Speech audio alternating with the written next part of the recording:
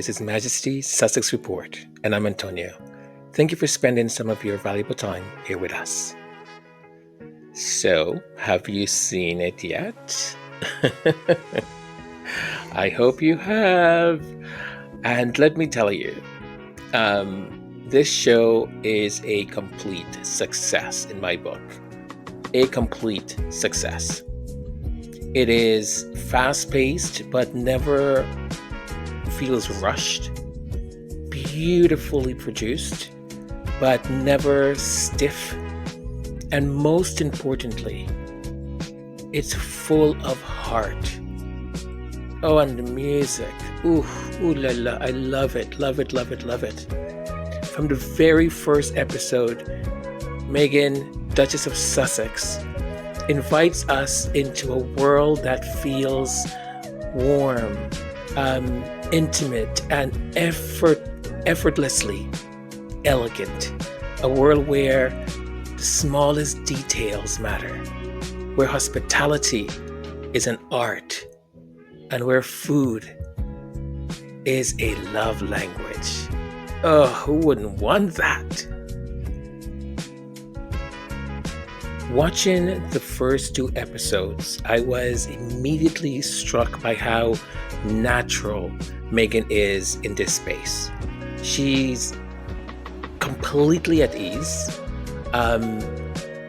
moving seamlessly from beekeeping to baking, even though she said baking is not her favorite thing to do, from making bath salts to crafting a simple, delicious spaghetti dish with her makeup artist friend Daniel Martin, and that ease is infectious. I think this isn't just a sort of cooking show or lifestyle show.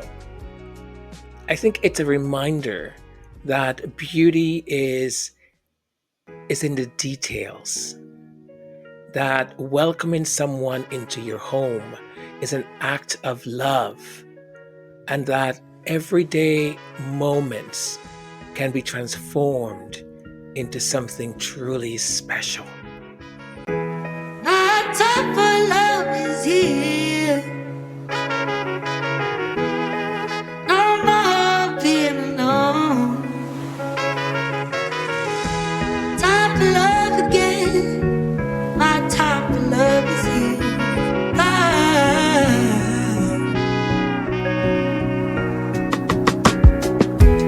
My time for love is here. No more being alone.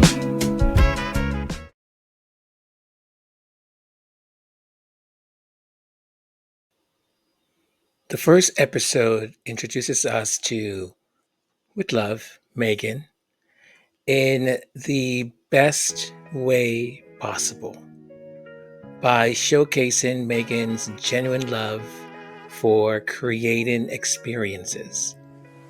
Her first guest is Daniel Martin, her longtime friend and celebrity makeup artist, who is coming to stay at the home.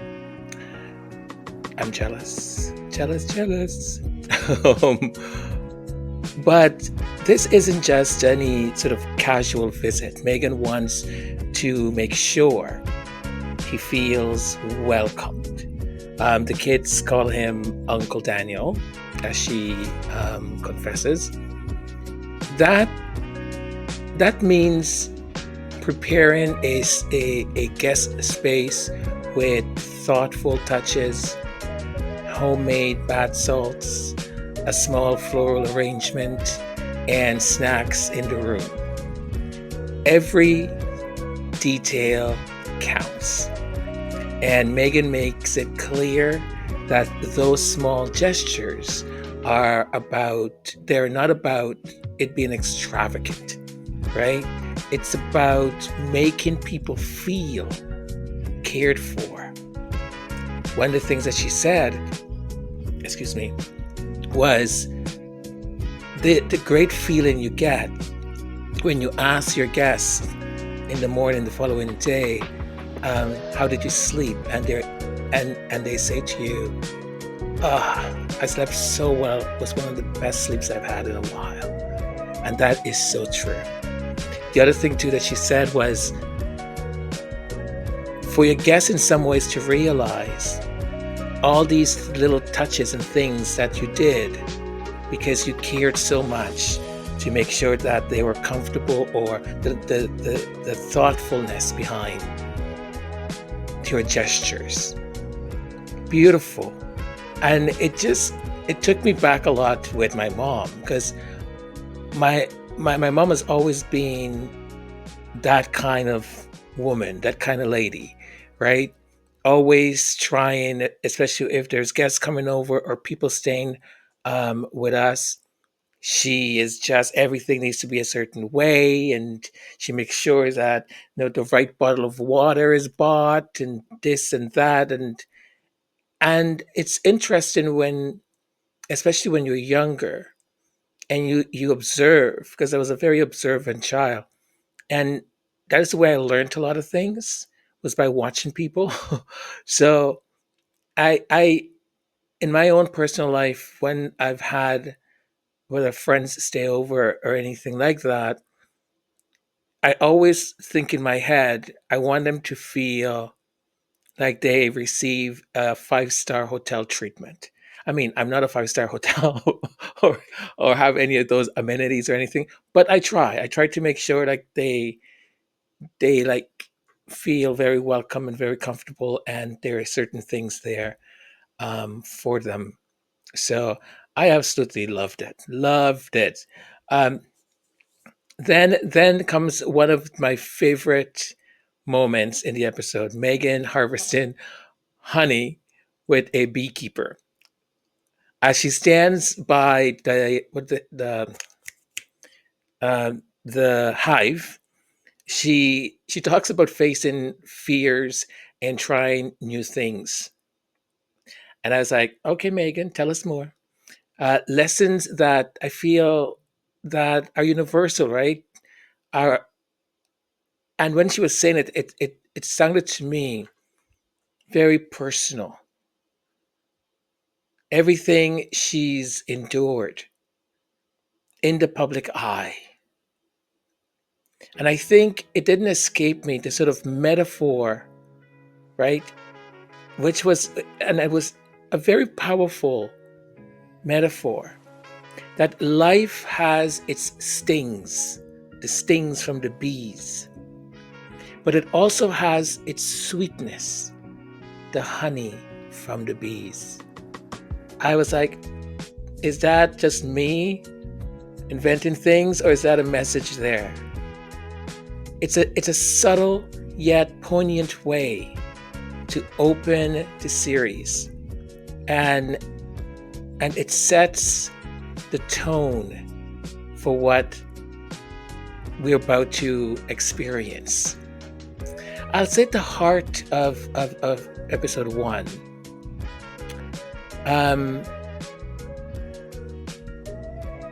I think it's when Megan and Daniel were cooking, and I found it really funny. She gives him the knife, and immediately, within like less than even a minute, he's like, "I think I cut myself." I was like, "Oh boy, oh boy." But it was a very, I think that was the heart, and them chatting, right? It it really sort of gives you that sense of when you're in a kitchen. We all gather in a kitchen and we chatter and talk and blah blah blah blah blah. That was the sense.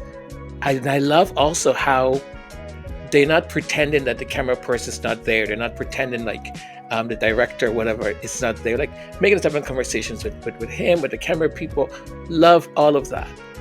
It's very casual, but at the same time, it's so kind of the cool kid did this, right? They prepare what I think is the easiest one-skillet spaghetti dish. And I was like, okay, what else? And what else? I'm like, that's it? Damn. I'm going to try that, and I'm going to try it. So it's simple. It looked delicious, and the kind of meal you can take. The kind of meal you can make for a friend. Um, Without it being very stressful and pretty quick. I'll tell you folks a story. So when I started going out, we started drinking at 18, but we're allowed to drink at 18 here. And when my friends and stuff, we would go after clubbing. It was sort of like, okay, we need to find a fast food joint and go eat. I hated going to fast food joints like after, because the interesting thing though, here I go off topic. The interesting thing though, when I'm abroad, like if when I'm in another country, another city, I love doing this crap. I don't, I really do. I'll get into a taxi and I'll say, okay, take me to a place that let's say it's 2 a.m. in the morning or 3 a.m. in the morning that is open right now, where I can get a good meal or a good burger or something. And usually it works. It really, really works. There was one time though. There was this one time where I had no idea where this taxi driver was driving. I'm thinking, I've been already in the taxi for like half an hour. Like, I'm downtown Lisbon. Like, I don't understand why it's taking so long. And then I realized he was just like driving to drive, right? Because, like, of course the cost is going up. He's just driving to drive to drive. I guess I was like, didn't we not pass this like 10 minutes ago? So I said to him in my very broken Portuguese, and it was funny. Within 5 minutes, he took me to the place, and it was delicious. Anyways, so I did not like going to those fast food after hours places or whatever, because it would be so many people. Everyone is drunk, obnoxious. People are butting in line, and you move the wrong way, and your shoulder hits someone, and next thing you know, they want to pick a fight with you. And I was like, this is not my scene. Just not. I go into panic mode. Too many people drunk. My analytical brain starts to go like, okay, the potential of harm is high. So exit. So I think we did that like twice, and then by the third time, I was like, folks, how about everyone just comes back to my place? And when I mean my place, my parents' place, and I'll cook spaghetti or pasta or something, or make sandwiches or something. Everyone was like, okay, let's do that. So everyone would come back to my place, my parents' place, and it would be great because we would make pasta and we would chat. We would go through the night and make fun of people that were just ridiculous. And yeah. So that whole thing of being in community with your friends and cooking and so on, even when you're like a little bit wasted and some of really wasted. So it was really nice.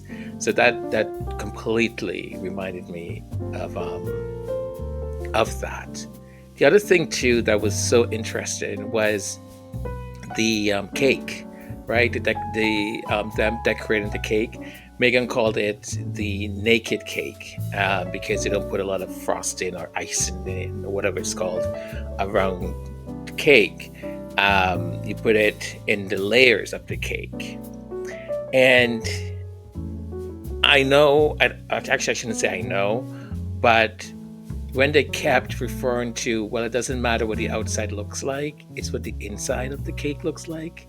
It's the inside of the person that really matters. The outside could look a certain way, right? It's like when you start to judge a book by its cover. And I just thought, okay, I see you, I get you. I think it's just absolutely beautiful. The symbolism for me was very clear. And it didn't feel like forced. it just felt right. Like it just landed. You know what I mean? Um,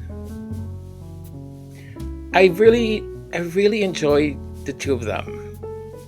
I think I wanted more, right? But episode two, give me more. I love Mindy so much. Like the two of them together, they're just phenomenal together. So episode two, we get Mindy, Mindy Killen. I can't say her last name properly. My tongue doesn't pronounce it properly. Killen. Okay, doesn't matter. Mindy Killen. I think that's the way it's pronounced. So, if the first episode was about hospitality, the second episode is about. Oh, I forgot to say you folks about the candle making. Oh, I love the candle making. I actually here in the city where I live, there is a very shishi fufu candle store in a very shishi fufu part of the city, and I wanted to get my friends together and do something because we've done actually.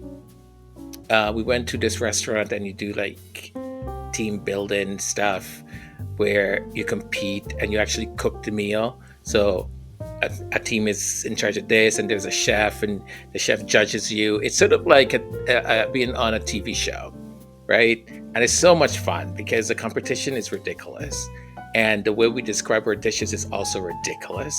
But it's a really good time to have with your friends. So I wanted to find something else and I found this place, and I was looking at the prices and I was like, mother of Jesus. That's like, no, no, no, no, no, no. So I called because I was like, I wonder if they'll give a discount or something if we are a group. So I called and I said, hey, there's so many of us. Is there like a package you've got or whatever? And the person I spoke with, she's like, yeah, we have a package, and it actually includes sparkling wine and a dessert. And I was like, okay, you got me at sparkling wine, okay? So it was really cool learning about certain candles, and some candles are like expensive. I was like, how much is that? And she was like, $300. I was like, 300 what? But then she starts to explain, like the person who we were doing the sort of lab thing with, explain like the history and all this. So there's certain brands that are quite shishi fufu and very, very, very expensive.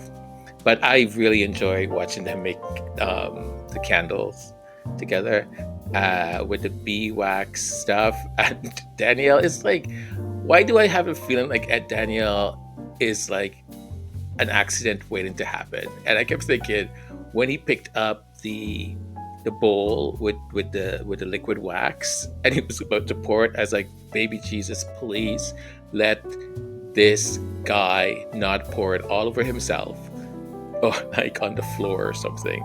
It's a rental, people. It's a rental. So, but it all turned out okay. It was really great because it's such a good thing, right?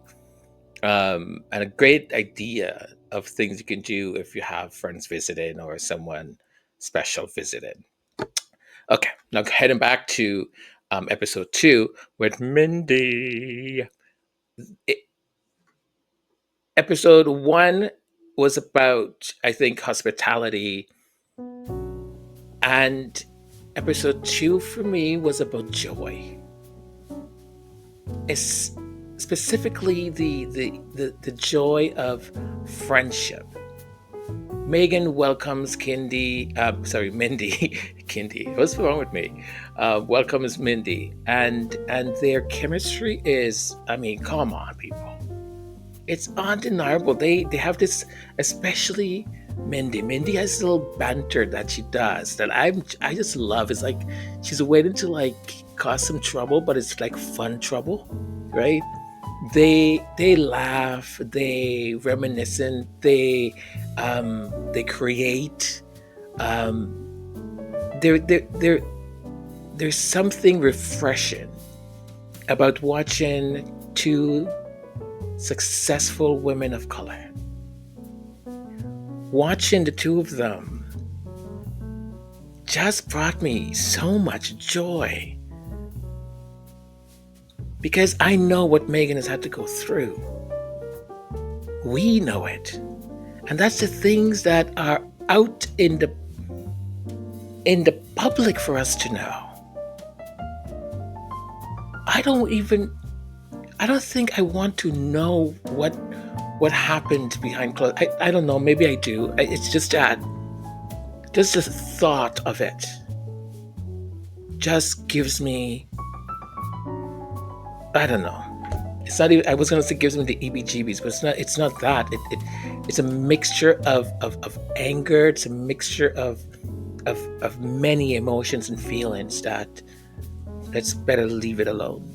But anyways, going back to what I was saying. Watching the two of them, right? Two successful women. Both of them are mothers. Both are creative people. Both were on series that lasted 7 to 8 years. Simply enjoying each other's company and the banter. The whole thing about preserves. Well, I got number man, and I was just wondering because like I'm competitive, and I just wanted to know like who got like 32 and who got 46, and I was like Mindy. I was like, girl, and I love her. Megan very quickly was like, um, well, that was not the purpose. The purpose was like I wanted to share this with some people, and my thought was that they would just be happy. Mindy's like, well, who got number one? My mother. Oh, okay. But it was very, very sweet, very, very cool because I like that how Mindy kind of like she has this thing about well, I'm with the Duchess, right? I'm with a member of royalty. I'm with the Duchess, and she kind of plays upon it, which is great. Um, and at the same time, right, she wants to make sure, like, hey, I'm your friend too, so make sure I'm not like number nothing. And the funny part when Megan gave her was it apricot, I think, and she's like, "Well, how many other people have had this one?" And Megan's like, "No, no other people. This is." She goes, "Oh, so I'm the first one. Like, no one else has had this." So she's like, "So if I post like I got the apricot first, like would that be okay?" I was like, "Mindy, I love you." It was just very funny. Her timing and all of that was just really really great. And I also had to remind myself, or I remembered that Mindy was fresh off of maternity leave when she filmed the episode, and she decided to accept the invitation from Megan to head up to Montecito. Oh, do you folks remember, for those who have watched it, when she was in the gazebo, like the little thing, and she goes, "Oh well, I'm Mindy from," because of the outfit, her beautiful dress. She's like, "Yes, I'm Mindy from Montecito, Montecito Mindy." Oh gosh, I laughed so hard. I was like, "This is just priceless, priceless." So this episode two was really about preparing to have this tea party, right? And Megan showing like, oh, you can make an arch this, you can do this, you can like make these little sandwiches and stuff. And I said, and I love Mindy. Mindy's like, yes, and that's so great. And I know what she's thinking in her head. She's like, girl, no, I'm not working this hard. I don't like write all these series that I have on Netflix and wherever else for me to like be blowing balloons. There's people who I can pay to do that. But I think for Megan, there's a satisfaction. It's not that she doesn't want to pay someone to do it, and if she needs to, she certainly would. But there's a satisfaction I think that she gets from knowing and having her kids know or whatever, knowing that she herself did it for them or she herself did it. Right? I think there's people who, and I'm a little bit like that. Like if I'm able to do something, I prefer to try it and do it because I think it's more meaningful. If um, I try and make it, I try and do whatever it is. But if I start to, find that there's lots of roadblocks, I'm like, okay, how much does this cost again to get it done? Perfect. And if I've got the money, there you go. At the same time, too, if I don't have the time, I'm like, how much does this cost? Wonderful. Perfect. You do it. Bye. So, one has to weigh. And I think it was very great that Megan recognized that too. She goes, this is such a privilege to have that you're able to do these things, wake up in the morning and make breakfast for your family, or spend time blowing up balloons, right? Um, when you have that privilege of time and resources. So it was just wonderful. I found them um, laughing and the warmth and the shared sort of appreciation for the art of hosting. Mindy, every 2 seconds, she was like, "This is amazing! This is amazing! Oh my gosh, I can't believe you do it like this!" It was just really great. I loved it, and of course, Megan's highly anticipated, as ever, jam. As I was talking before, the jam incident and the numbering and the hierarchy and all of that was just very funny, very, very, very funny. But it's interesting that she said it all kind of came about because of the, was it raspberries? I think, yeah, the raspberry vines that they've got in that came with the house. And she's like, well, we get all of this, like, and, it's I love the things that Megan is creating for her children, for her family, because she's absolutely right. It creates a certain memory. And as she said, the kids coming home and the kitchen, you can smell fruits being slowly boiled. Um, and it's just that memory, right? Mom is making preserves again or making jam again. It's just really great. I love how intentional she is in the experiences that she wants to create for herself and for her family. Just beautiful. Um, what else in that episode that caught my attention?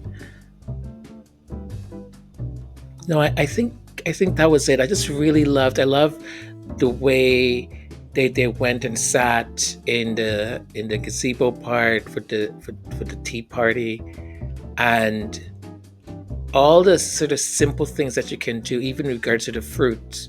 That I've heard now people making fun of that or whatever. I really like the dynamics between the two of them. I love the whole thing. Um, I think that some of the things that we can take away from watching, the two first episodes, is that I think this show. No, let me go the other direction. For me, authenticity, 10, 10, 10, 10, 10. It feels authentic. It feels very natural, very easy to do, right? Megan makes things look easy. And she isn't playing a role. This is just her. She's not trying to be the next Martha Stewart or Joanna Gaines or whomever, right? She's the Pamela Anderson or the Condesa of Guatemala Tiso or whatever name these crazy people want to come up with because they have nothing else better to do in their lives. She's just Megan. Period. She simply is sharing what she loves and what she likes to do. It's personal, it's sincere. And if anyone has followed the take before, I mean, this is the kind of thing. It's right in that dimension. It's right in that space. The next thing I really enjoyed was the fast pace of it. For me, like things were happening, bang, bang, bang, bang, bang, bang, bang, bang. But even though the episodes were were quick, they didn't feel rushed. They didn't feel chaotic. The editing was just fantastic. There was an ease to the pacing that I think makes it perfect for sort of like winding down at the end of the day, having a glass of wine, or as Megan would do, arrange some flowers, which I find very therapeutic. That's wonderful that she's able to do that. I love flowers too. Just great, great, great. So yeah, the pacing of it I thought was really great. Um, I think anyone who kind of comes thinking it's just like a food kind of show might be disappointed because it's not just about food. For me, it was about an experience, creating an experience. Yes, there is food, there's recipes, but not recipes that you see on the screen or anything. The things that she does is you just need to have a little notebook or whatever. And she tells you and shows you, right? Grab the skillet, cut up peppers and this and that, throw it all in, bring the water to cover this, and she's just showing you're able to actually write the stuff down. I think having sort of like a recipe up, it may clash with a sort of um what's what I'm looking for now, with the sort of style of how the series is actually being styled, right? So it's an entire experience that the show provides, right? It with beautiful landscapes, and it takes up the camera of close up with certain types of flowers or vines. It's just beautiful. It at its core, I think it's about you feeling something. It's about feeling, about creating spaces where people feel special, about elevating the everyday, right? Looking at small little things where you can just go, how can I just do some one little thing that's going to make this a little bit special today? And as she said when they were setting up, I think the dining table or the table in the kitchen, and Megan said, "Oh, I don't fuss about it, and just arrange it." She goes, "I try and do something," and she grabbed like I think was a sort of flower, and she placed it on top of the serviette, uh, uh, and it just sort of elevated all of a sudden, right? It just looked beautiful. So it's about evoking a sort of feeling, and that's what experience is all about, right? Um, I love thus far. I think they really thought about the people they wanted on the show, especially like the first season of it. Um, Having from longtime friends like Daniel to, I mean, powerhouse Miss Mindy that wants to know where she stands in the hierarchy of things. Uh, the guest list feels very intentional. I think these are people that bring out the best in Megan, and also makes the show sort of very bright and beautiful. And I just remembered about funny that you keep saying Markle. I'm a Sussex. And people losing their crap over at the island. It's a title. It doesn't mean anything. What is she talking about? Like, I'm a Sussex. What is she talking about? I love them. I think that's my approach to these people now. I'm like, I love you. Look at you, you little toddler. Look at you getting upset. You're getting upset. Mm. And like, but I do not know what she's talking about. She doesn't know anything about it. She's a Sussex. We're supposed to call her Sussex now. Are we supposed to call her Sussex? Are we going to call her Sussex? Um, Meghan, the Duchess of Sussex. Yes, yes. I don't see the complication. I do not see the misunderstanding. I do not see any of that. So deal with it. And moving forward, I would like to be known as Antoine du Cappuccino. Yes, please. Antoine du Cappuccino. Because I make the best cappuccinos in my kitchen. It says in my kitchen, it says the number one cappuccino maker. I just press a button and it makes it. It's miraculous. Miraculous. As my wonderful father would say, Antonio, sometimes you're an idiot. You're such an idiot sometimes. And I'm like, I know. You made me. uh, ooh la la. But yeah, I think it's wonderful that it was so intentional. I think um, I'm going to start to wrap up. The show, I think, is for everyone. I know some people have said no, it's not for everyone, but I do think it's for everyone. I think there's things to be learned in every episode. There was something new, and it's always it was always fresh and it kept moving and I loved it. I loved it. I think it has this beautiful charm to it. Beautifully shot. The music, ooh la la, the music is fantastic.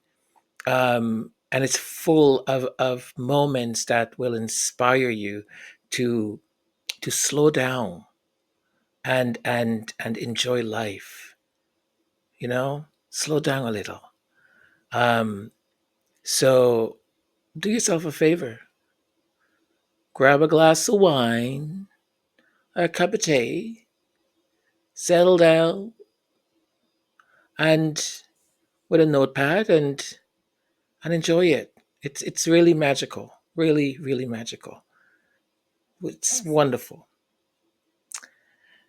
Okay, folks, I've talked a lot. I think I have to bid you adieu. Thank you so much for hanging out. Thank you for being here. And until we speak again, I must say goodbye. Oh, I say goodbye. I'm hungry. I need to go eat. All right. Bye for now, folks. Take care. Love you all. Mwah. I wanna write about the world, just how it has let me down. I wanna write about my life, how I tried to take you once. Everybody just wanna hear another love song. Everybody just wanna hear another love song. A song when the friends come over they can put on. Everybody just wanna hear another love song.